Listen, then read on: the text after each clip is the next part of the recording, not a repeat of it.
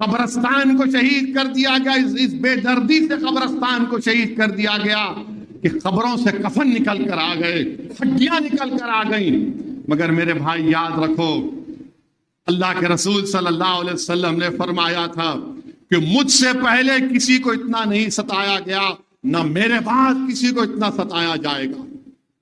اپنے ایمان کو مضبوط رکھنے کے لیے یاد رکھو کہ اونٹ کی اجڑی رسول اللہ صلی اللہ علیہ وسلم کے جسم مبارک پر ڈالی جاتی تھی، رحمت اللہ عالمین صلی اللہ علیہ وسلم کے جسم مبارک پر، جن کے لیے زمین و آسمان کو بنایا گیا۔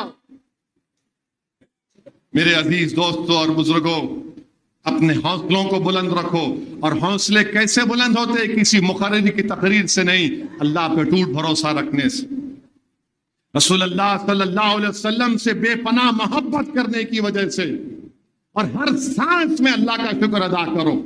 یاد رکھو، ہم اللہ کا شکر جتنا بھی کرے کم ہے، اللہ نے ہم کو سانس لینے کا موقع دیا۔ دنیا میں ہم اور آپ کب تک ہے کسی کو نہیں معلوم، ایک نہ ایک دن تو جانے والے ہیں۔ جو یہاں پر آئے گا جائے گا میرے بھائی۔ نہ فرعون کا اقتدار اس کو زندگی بھر زندہ رکھ سکا، نہ نمرود کا اقتدار اس کو زندگی بھر زندہ رکھ سکا، بلکہ نمرود اتنا بڑا ظالم تھا کہ اللہ نے اس کو ایک ایسی بیماری میں مبتلا کیا کہ اللہ نے ایک لنگڑے مچھر کو اس کے دماغ میں داخل کر دیا، اور وہ اسی بیماری کے ساتھ کئی سو سال حکومت کرتا رہا۔ اور نمرود کے دربار کا ادب یہ تھا کہ جو کوئی نمرود سے ملنے آتا تو اس سے کہا جاتا بادشاہ سلامت کے سر پر تم کو ایک بھیری مارنا ہے۔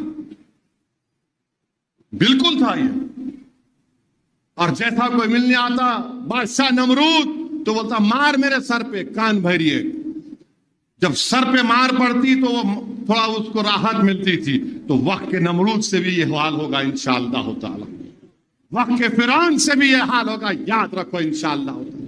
اور یہ ہماری صفوں میں یہ BJP RSS ان لوگوں کو تیار کر رہی ہے، نہیں سی ڈبل اے سے کچھ نہیں ہوتا۔ ارے تمہارے کو سی ڈبل اے کی سی نہیں آتی، تمہارے کو سی ڈبل اے کا فل فارم نہیں معلوم، تم کو N R C N P R نہیں معلوم، نہیں مسجد پہ بات چیت ہوں گی، کیوں؟ مسجد تمہاری بات کی جائیداد ہے۔ تم کو شریعت نہیں معلوم، تم کو کچھ نہیں معلوم، اور بی جے پی ایسے لوگوں کو تیار کر رہی جن کو نہ شریعت سے کوئی واسطہ، جن کو نہ قرآن اور سنت سے کوئی واسطہ، نہ سمجھ ان کو، نہیں کچھ نہیں ہوتا، مسجد پہ بات چیت کرنی چاہیے۔ ارے اپنا گھر کا سودا تم کر لو، مگر یہ اللہ کا گھر ہے، اس پہ کوئی بات چیت نہیں ہو سکتی ہے۔ ایک مسجد کھو دی، اب اور کوئی مسجد نہیں کھوئیں گے انشاءاللہ تعالی۔ تم اپنی بات کرو، اللہ کے گھر کی بات کرنے کی تم کو اجازت نہیں ہے۔ تم اپنا ایمان بیچنا چاہتے ہو، بیچو تم، مگر اللہ کا گھر ہے یہ۔ تم کو کوئی حق نہیں دیا کہ کوئی کسی مسجد کے بارے میں بات کر سکے، اور ہماری ذمہ داری ہے، ہم مسلمانوں کی ذمہ داری ہے کہ ہم مسجد کو آباد رکھیں۔ کون کہہ رہا ہے؟ اللہ کس سے کہہ رہا ہے کہ مسجدوں کو آباد رکھو؟ ہم سے کہہ رہا ہے کہ تم رسول اللہ صلی اللہ علیہ وسلم کی امت ہو، تم اللہ پر یقین کرتے ہو کہ اللہ تمہارا رب ہے، تم آخرت پر یقین کرنے والے ہو، اور تم کسی سے نہیں ڈرتے سوا اللہ کے، تو مسجدوں کو آباد رکھو۔ میرے بھائی مسجدوں کو آباد رکھیے۔ میں بار بار کہہ رہا ہوں، یہ ہمارے مخالفین مجلس یہ کہتے ہیں کہ اسد الدین جذبات میں لانے کے لیے کہہ رہا ہے، ووٹ حاصل کرنے کے لیے کہہ رہا ہے۔ میرے دل کا حال تو اللہ جانتا ہے، میں سچائی کو بیان کر رہا ہوں، اور دیکھتے جا رہے آپ ایک کے بعد ایک کیسے کیسی باتیں کی جا رہی۔ میرے عزیز دوستوں اور بزرگوں، مسجدوں کو آباد رکھیے، اللہ سے اپنے رشتے کو مضبوط کریے، اللہ سے اپنے رشتے کو مضبوط کریے۔ اللہ کے نیک بندوں کی صحبتوں میں بیٹھو نوجوانوں، وہ نیک آدمی جس کو دیکھ کر تم کو اللہ یاد آ جائے، جس کے چہرے کو دیکھ کر تم کو اللہ یاد آ جائے، اس کی صحبت میں بیٹھو۔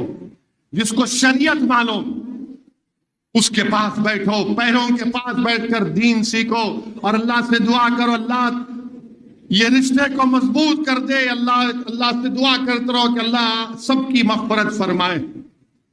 یہ بہت بڑی رات ہے، فیصلوں والی رات ہے. نہیں معلوم کہ آئندہ سال تک ہم میں سے کتنے لوگ زندہ رہیں گے نہیں رہیں گے، مگر اگر نہیں رہنے کا فیصلہ اللہ نے کر لیا تو اللہ ہم تمام کا خاتمہ ایمان پہ کرا. بس اللہ تو ہم کو پیدا کیا، تو ہی ہم کو دنیا میں لایا، اور تو ہی ہم کو اٹھائے گا، اور تو پھر ہم کو اٹھائے گا. اللہ ہمارا خاتمہ ایمان پہ کرا دے. بس جب ہمارا خاتمہ ہو تو ہماری زبان سے اللہ کلمہ ادا کرا دے.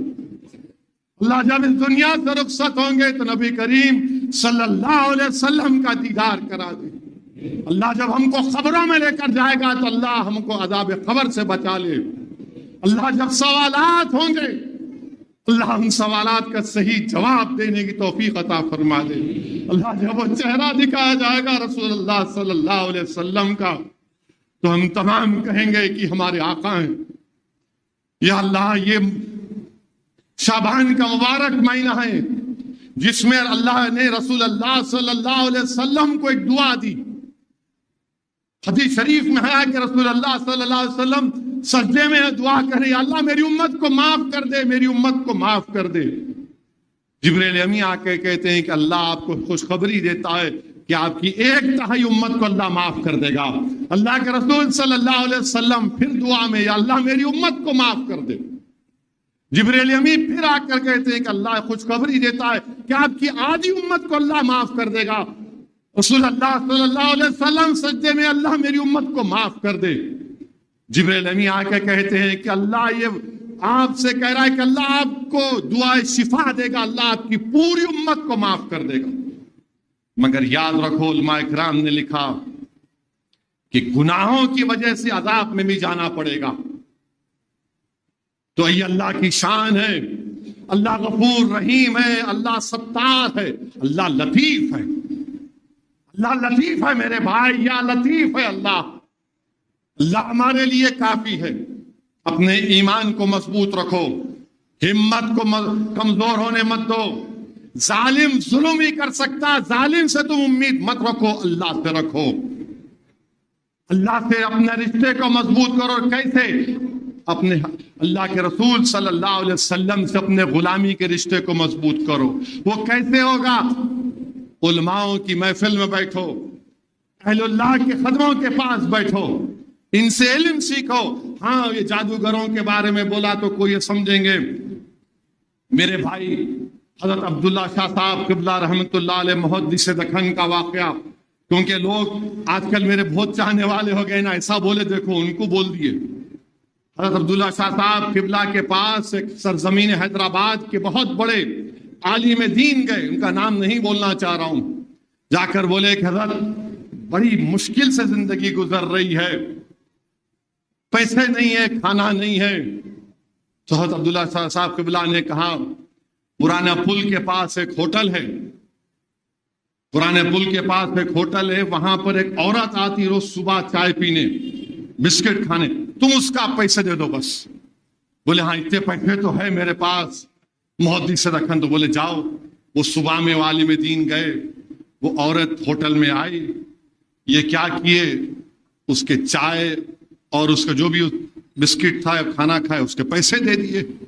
اور جب عورت وہ خاتون نیک بخت خاتون گئی اور جا کر پیسے دینے کہا تو کاؤنٹر پہ جو صاحب تھے بولے سیٹ صاحب بولے نہیں نہیں یہ صاحب دے دیے. تو عورت ان سے پوچھی میرا راز کس نے فاش کیا بتاؤ. تو نے کہا کہ عبداللہ شاہ صاحب نے کہا میں مشکل میں ہوں، پریشانی میں ہوں. تو اس عورت نے دعا کی اللہ تیری مشکل کو آسان کر دے. اس کے بعد اس عالم دین نے لکھا کہ میرے گھر میں اللہ نے اتنا آرام، اتنی نعمتیں نازل کی کہ میں کبھی سوچتا بھی نہیں تھا. ایسے لوگوں کے پاس جائیے، یہ کاروباری کمرشل لوگوں سے دور رہیے. اگر آپ کے بہت پیسے ہیں نا تو آپ غریبوں کو کھانا کھلاؤ، بچیوں کی شادی کرو، بیماروں کی مدد کرو. بچے اسکول میں پڑھنا چاہ رہے ان کے ماں باپ ان کی فیس کا انتظام کرو. اللہ کی رحمت جوش میں آئے گی.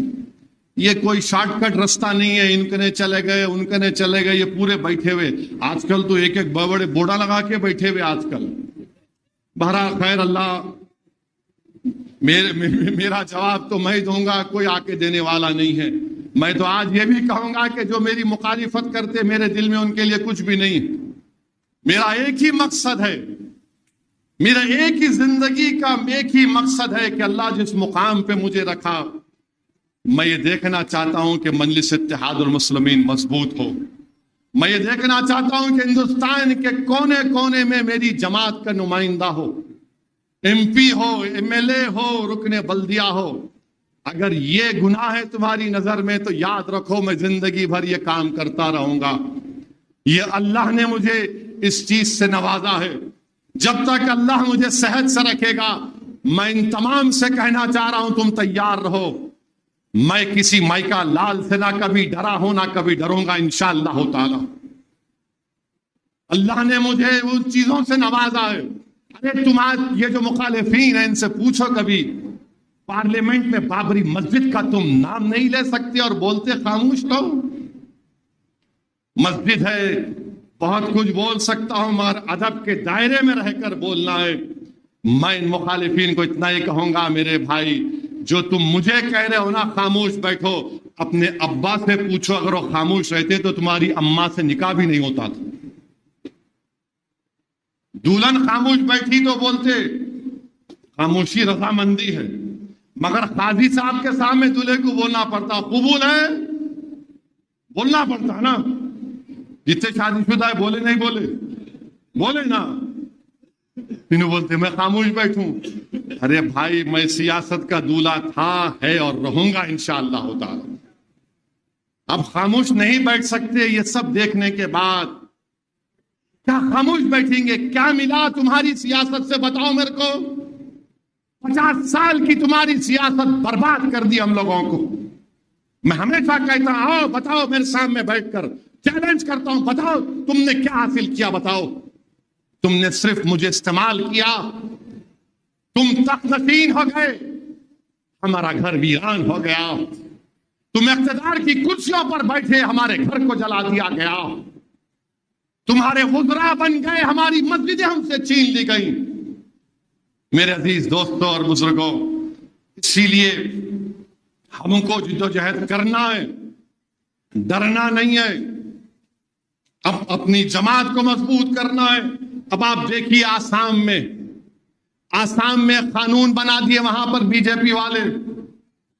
کیا قانون بنائے کہ مسلمانوں کی شادی کا جو ایکٹ ہے 90 سال پرانا قانون نکال دیے، اور کیا بول رہے بی جے پی والے کہ ہماری شادی ہونا اسپیشل میرج ایکٹ کے تحت۔ خطبہ کون پڑھے گا پھر نکاح میں؟ اور پھر مہر کون دے گا دلہن کو؟ یعنی اب آسام میں اگر مسلمان شادی کریں گے قانون کے لحاظ سے تو نہ قاضی صاحب رہیں گے خطبہ کے لیے، نہ دلہن کو مہر ملے گا۔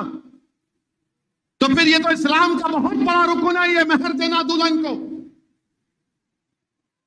وہاں پر بی جے پی حکومت نے یہ وہ قانون کو بند کر دیا اور کہا کہ اسپیشل میرج ایکٹ میں آپ کو رجسٹریشن کرنا پڑے گا۔ اچھا، اسپیشل میرج ایکٹ میں اس میں جو اگر اسپیشل میرج ایکٹ میں شادی ہوتی تو جائیداد کا بٹوارا پرسنل لا کے تحت نہیں ہوگا مسلمانوں کا۔ ہم سے شریعت کو چھیننا چاہتے ہیں۔